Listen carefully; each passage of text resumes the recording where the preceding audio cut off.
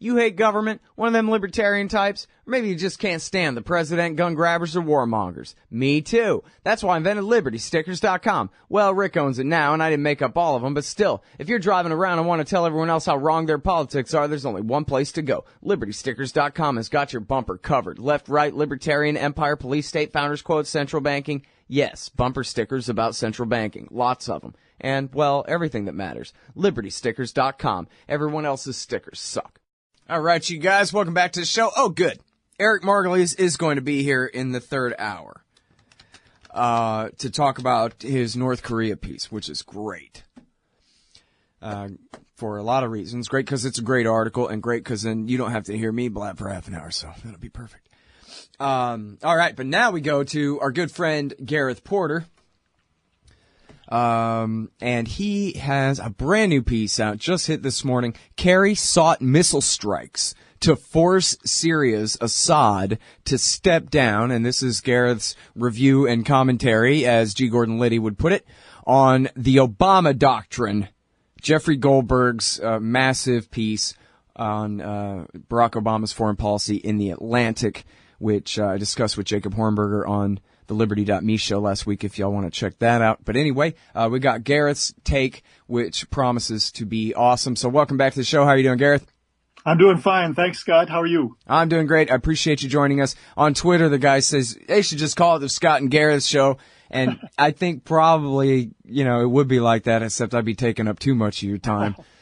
You got to have time to write the stuff for me to interview you about. But anyway, if I'm Mr. White, you're Clark Kent, dude. You do a great job. And even though I don't pay you because I don't have any money. But whoever does pay you, good for them.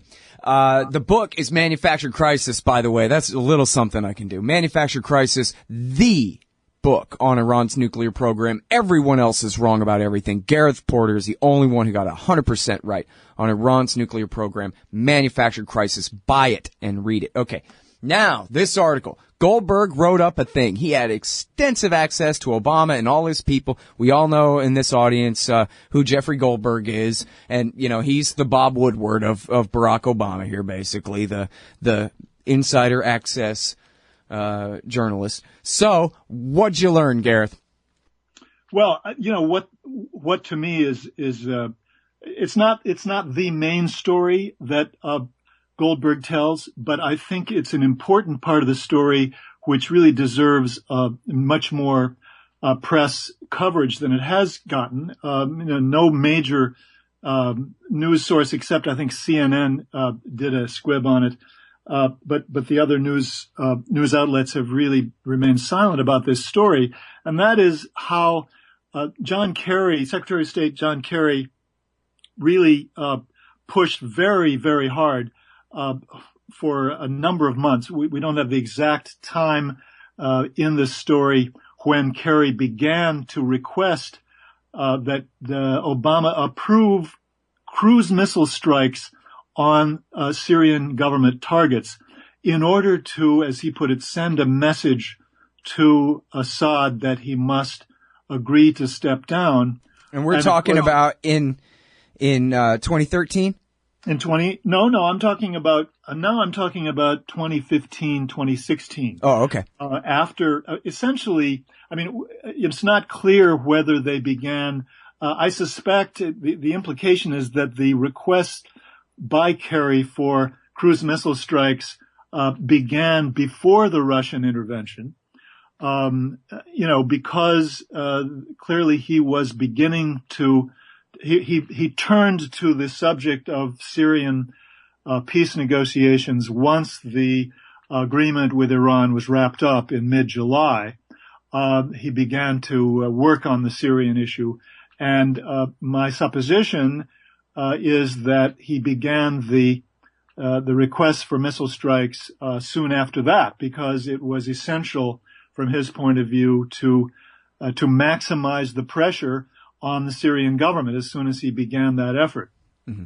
But it's not explicitly stated precisely when the request began. But Goldberg does say over the past year, which implies that they began before September of 2015.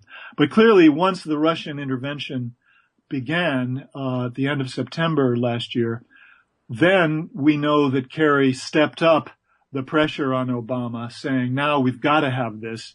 Otherwise, he told Obama and he told Goldberg, I don't really have any leverage. Well, I'm supposing that Goldberg must have gotten much more from Kerry than he let on about this, although he did talk about an interview with him in which he asked him point blank, are you more willing to take action in Syria than Obama is? And Kerry owned up to that very freely. Yeah. All right. And so then, now you mentioned about the TOW missiles here that helped the so-called Army of Conquest, which was just the two faces of Al-Qaeda in Syria, right? Arar al-Sham Right. and the al-Nusra Front there. Well, so this is the backstory. So do I understand you right that you're saying once they took Idlib, that was when it seems to you, Kerry really started pushing to go ahead all the way to Damascus now?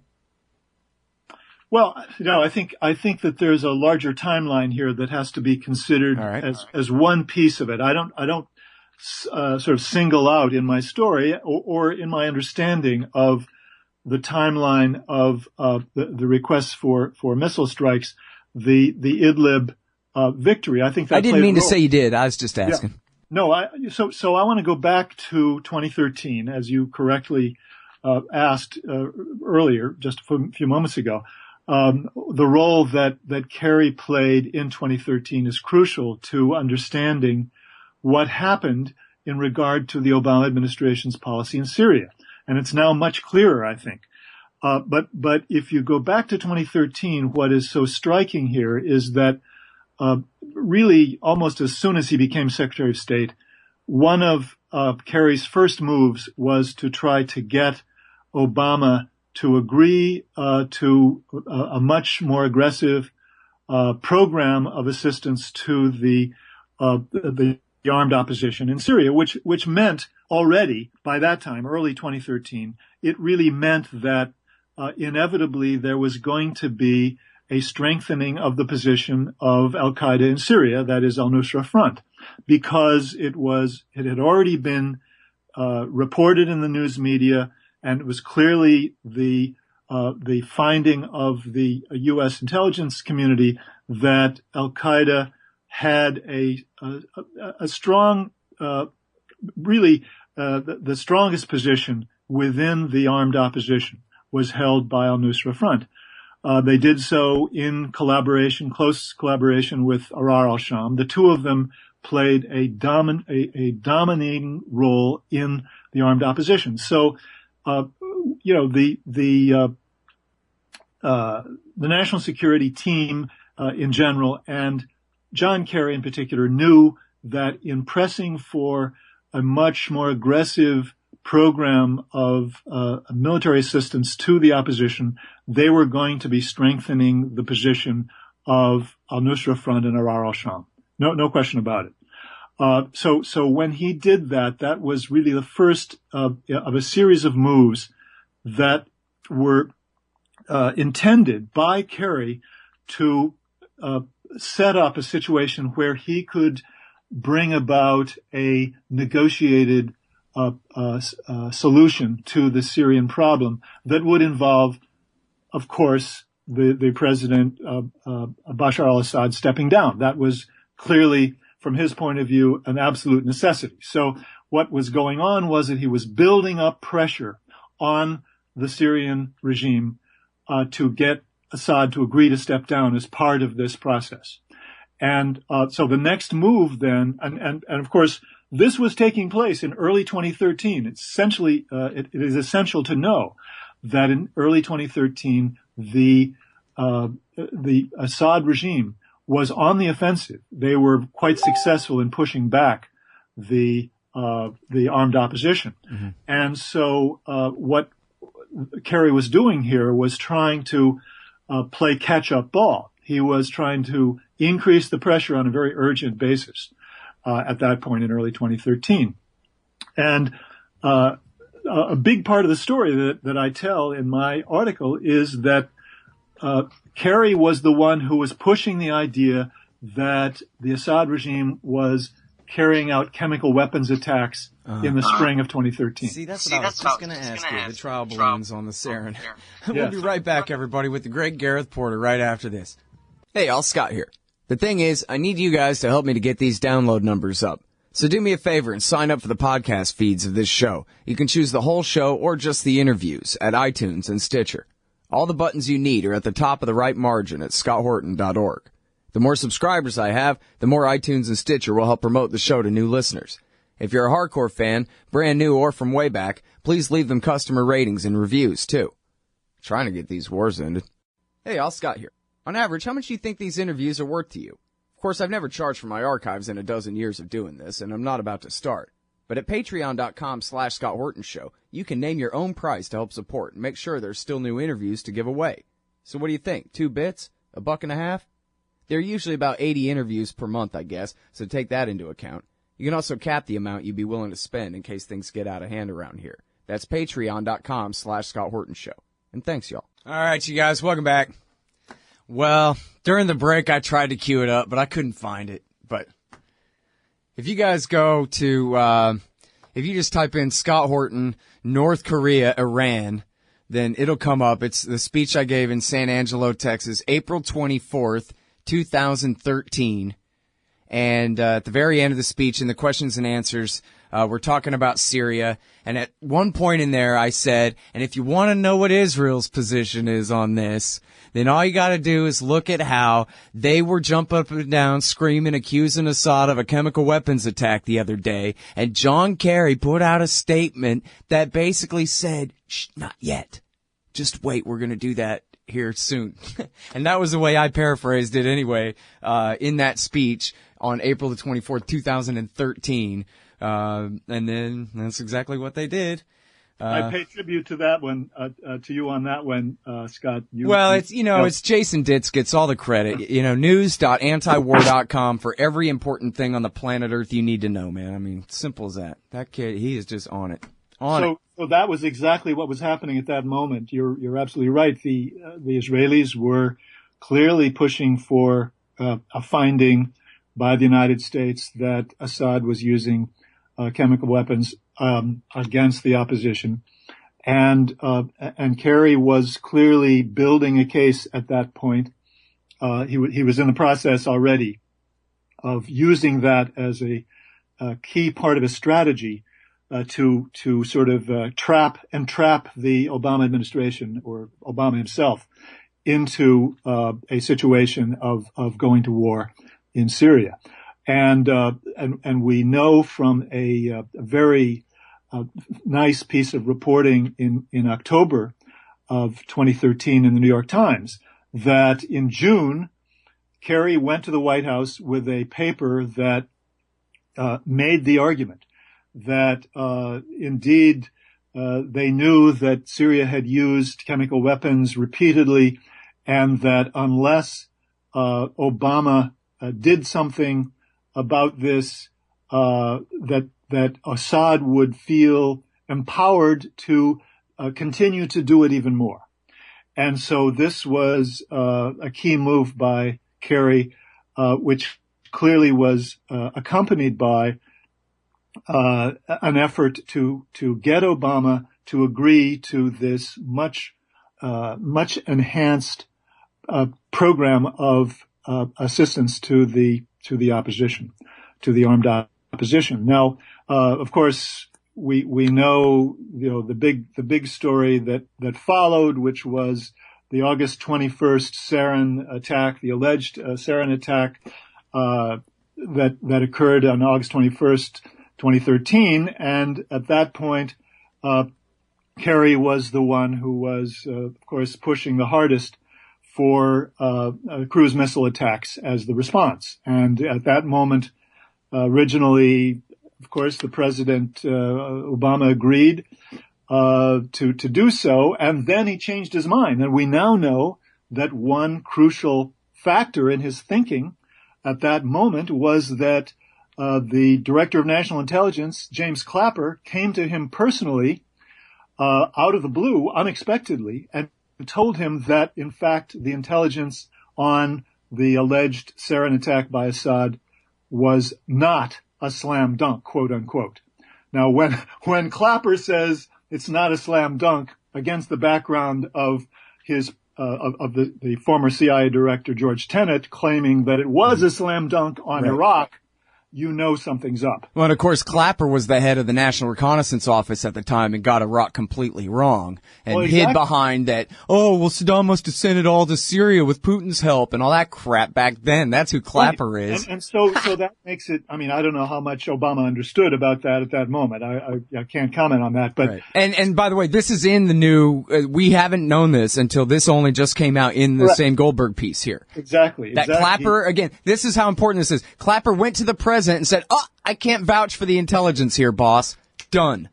Yeah. I mean, we don't know exactly what words he used, but it was enough to shake Obama's confidence in the intelligence, and among other considerations, that led him then to back away from the cruise missile strike that he'd agreed to previously. And we already knew that because of Phil Giraldi and other former CIA officers, I think maybe Lang had written about there's some the CIA analysts were going to resign rather than put their names on any kind of intelligence assessment at the time, and that was why they put out a government assessment, which was a brand new invented thing that they came up with, which means it was written by the White House, not by the CIA. Right, and Clapper clearly was playing a political role here in giving them some kind of statement that they could use. That DNI was on board with this. Mm-hmm. But at the same time, he was clearly worried about the fact that his reputation was going to be at stake on this. So anyway, that was a key element in the decision not to go to war. Right. And the way he phrased it was, I just got effed over on this. It was all about poor little John Kerry. A bunch of people weren't going to have their lives exploded apart, and it was going to reflect badly on him for getting too far out ahead of the president. It's just all about his ambition to get a Nobel Peace Prize for a combination of Iran and Syria. That was clearly what was on his mind. Yeah, we got to start this war so I can get my medal. Yeah, the final piece of this puzzle, though, is circling back to the TOW missile decision, which was in late 2013. We don't know exactly the date that it was made, but we know that by late October or November, the Defense Department was officially notifying Congress that they were selling 15,000 TOW anti-tank missiles to Saudi Arabia. Now, of course, that was a giveaway to anybody who was paying attention, who was not totally asleep, that this was going to be used in Syria because there was no other need for these on the part of the Saudis. And, of course, they began then to dole them out to their favorite groups in Syria. And again, clearly the Obama administration and John Kerry in particular knew that they were going to be strengthening the al-Nusra Front, Arar al-Sham led coalition or command, particularly in Idlib, for a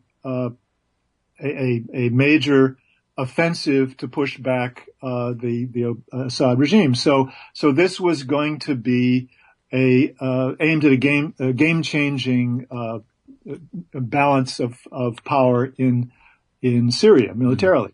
And this was an extremely risky decision that Obama went along with. I'm quite convinced. Again, this is implied in the timeline. He went along with this because, of course, he was on the defensive politically because he didn't go to war by agreeing to the missile strikes. Right. Well, yeah, this really helps enhance the understanding of what they were doing and how much worse they made it while, in a Kerryite effort to make it better by escalating to try to force a solution. They didn't get, all they got was the escalation and not the solution. Exactly. Yeah. And you know what? I mean, this reminds me very much of the encounter that John F. Kennedy had with his national security bureaucracy. It was, of course, a different cast of characters, but it's the same storyline, that he was under terrific pressure from key national security officials. In that case, it was McNamara and McGeorge Bundy who were leading the charge trying to get him to agree in 1961 to put combat troops into South Vietnam. And he knew it was wrong. He did not agree to it, but then he agreed to let them send several thousand advisors, quote unquote, to South Vietnam. And it was the beginning of the advisors, meaning Rangers mostly, right? Well, no, it was a combination of special forces and, ground troop advisors and, most importantly, Air Force pilots actually, who were flying combat missions, in the guise of being advisors, in these two-seater planes. I see. Yeah. Hey, did you know, check it out. I mean, we're in the break anyway, but this just came to my mind. It was, former Ambassador Dan Simpson. Do you know him or know of him? I know of him, yes. Okay, so he writes for the Pittsburgh something or other. He was really great on the show last week about Afghanistan, and then he started going off extemporaneously about Yemen and all kinds of things. And I'm not exactly sure his phrase here, whether he knew it or I think he said he had heard this, not just he was guessing, that there were American co-pilots in the Saudi jets bombing Yemen.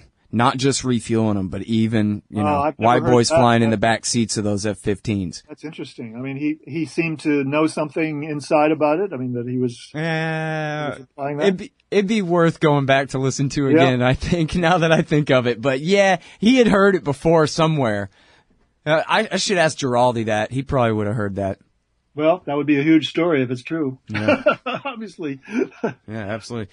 And I was even joking in my book proposal that I did. I made the joke that it's even reported that the Americans are holding the Saudi pilots' tiny little hands all the way to the targets. And then apparently no, I really had that right. They're sitting in the back seat, maybe. All right. Well, see. I mean, they're I gotta go, man. I'm sorry. I'm late. I gotta get Margulies on the line here. Thanks, Gareth. You're great, dude. I appreciate it. Y'all, that is the heroic Gareth Porter. What would we do without Gareth Porter? Am I right? Seriously. Kerry sought missile strikes to force Syria's Assad to step down. Sigh, in parentheses there at the end. MiddleEastEye.net, MiddleEastEye.net, and the book, of course, is Manufactured Crisis. Buy it and read it, please. Hey, Scott Horton here for MPV Engineering. This isn't for all of you, but for high-end contractors specializing in industrial construction and end users who own and operate industrial equipment. MPV offers licensed professional consulting on chemical and mechanical engineering for your projects. Tanks, pressure vessels, piping, heat exchangers, HVAC equipment, chemical reactors for oil companies or manufacturing facilities, as well as project management support and troubleshooting for those implementing designs. MPV will get your industrial project up and running. Head over to mpvengineering.com. Hey, Scott here. If you're like me, you need coffee. Lots of it. And you probably prefer it tastes good, too. Well, let me tell you about Darren's Coffee Company at darrenscoffee.com. Darren Marion is a natural entrepreneur who decided to leave his corporate job and strike out on his own, making great coffee. And Darren's Coffee is now delivering right to your door. Darren gets his beans direct from farmers around the world. All specialty, premium grade with no filler. Hey, the man just wants everyone to have a chance to taste this great coffee. darrenscoffee.com. Use promo code Scott and you get free shipping. darrenscoffee.com. Hey, Scott Horton here. It's always safe to say that one should keep at least some of your savings in precious metals as a hedge against inflation. And if this economy ever does heat back up and the banks start expanding credit, rising prices could make metals a very profitable bet. Since 1977, Robertson Roberts Brokerage Inc. has been helping people buy and sell gold, silver, platinum, and palladium, and they do it well. They're fast, reliable, and trusted for more than 35 years. And they take Bitcoin. Call Robertson Roberts at 1-800-874-9760 or stop by rrbi.co.